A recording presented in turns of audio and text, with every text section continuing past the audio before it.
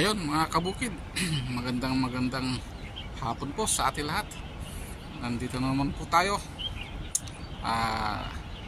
Nagkaroon ng time para makapasyal-pasyal dito. Hindi yung palaging nasa bahay po tayo pag day off. Kaya ngayon mga kabukid, papasyal ko po kayo dito sa Bantayog ni Luis Bas de Camos. Ayan mga kapugid, masatuktok po tayo ngayon ng bundok na to.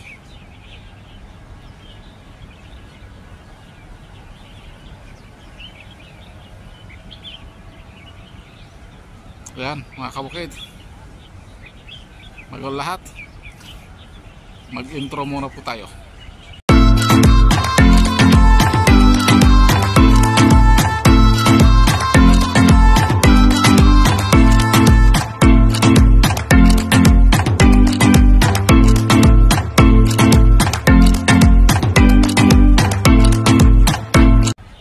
Ayan, buka dito, makikita po natin yung mga building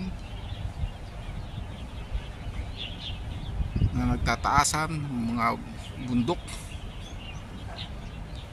kung saan doon na parte po maganda po yung view po dyan. Pag napunta po tayo dyan, halos makita po natin ang kabuuan ng Taypa, Macau.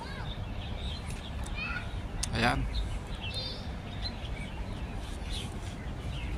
mula dito makikita natin ang mga naglalaki ang mga building.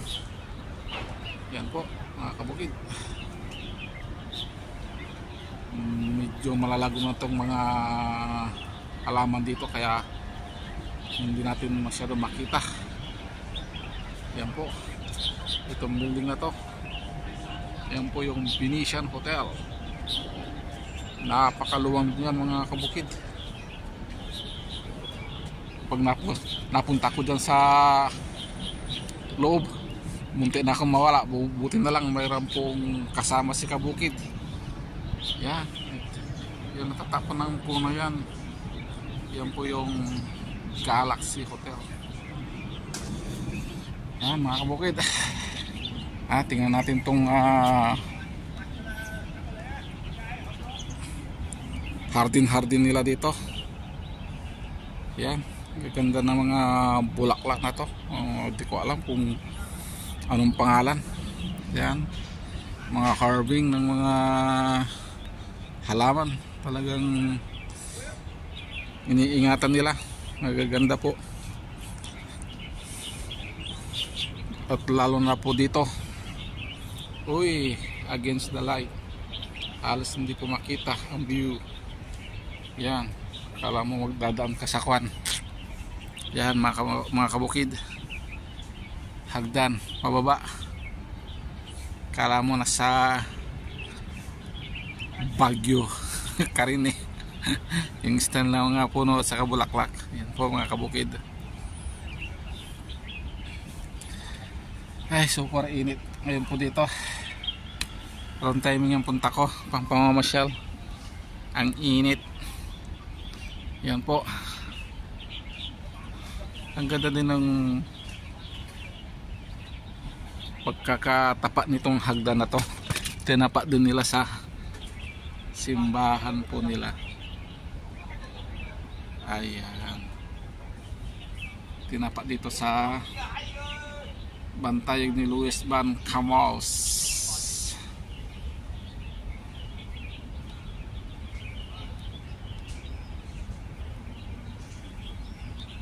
Yan, baba po natin mga kabukid. Pasyal na po kahit na mainit.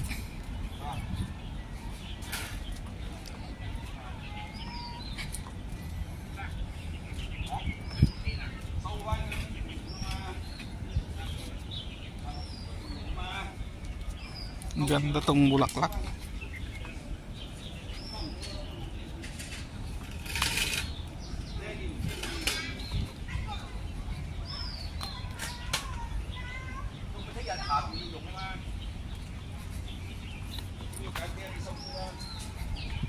So kung na daw, pauwi na yung mga gumagawa.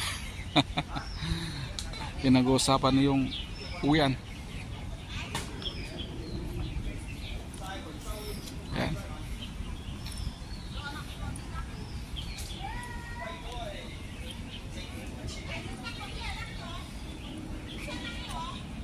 Ano to mga kabukid? Abyang. Ay hindi makita, against the light po. Ito tayo sa likod.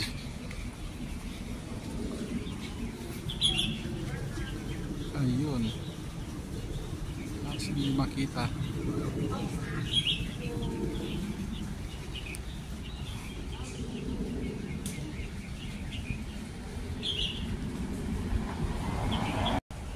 Yan mga kabukid.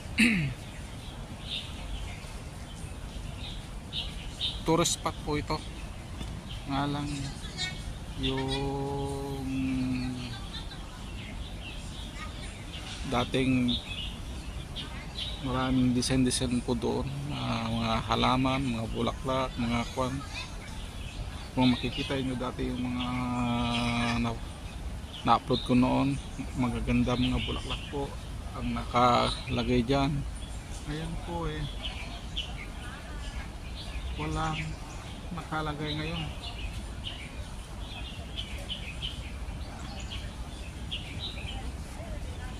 Kaya halos walang makita ang tao ngayon. Yan po.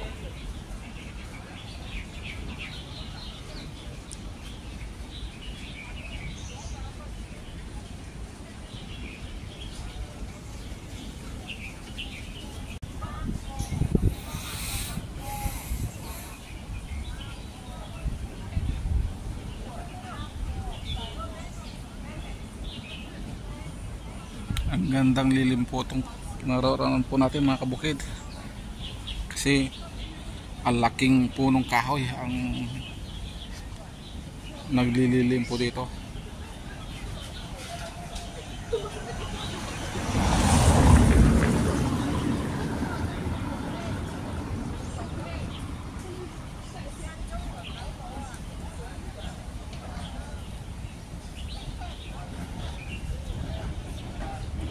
Yan po yung punong kahoy, siguro mga 6 o 5 katao ang maghawak-hawak bago mayakap itong punong kahoy na to. Malaki. Malalaki mga kabukid ang mga punong kahoy dito. Ayan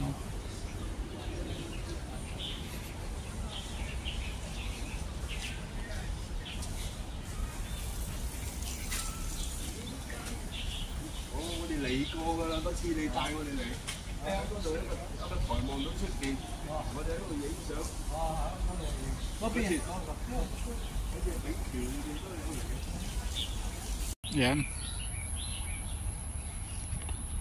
Yes. Sigurado katatapos lang ng event po dito, kasi mayroon po itong lotus na ginawa nilang display. Lotus yan mga kabukid. Walang event ngayon kaya bakante itong lugar na pasyalan dati dito. Kaya tingin-tingin na lang po tayo ng mga building.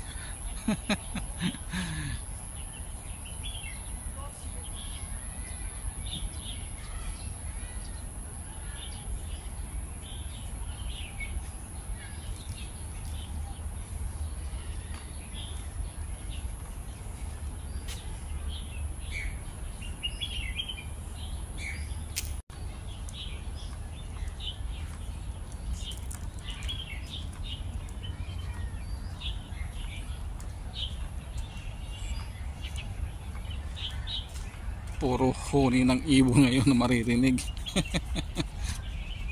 Walang mga tao, walang event, kakatapos lang.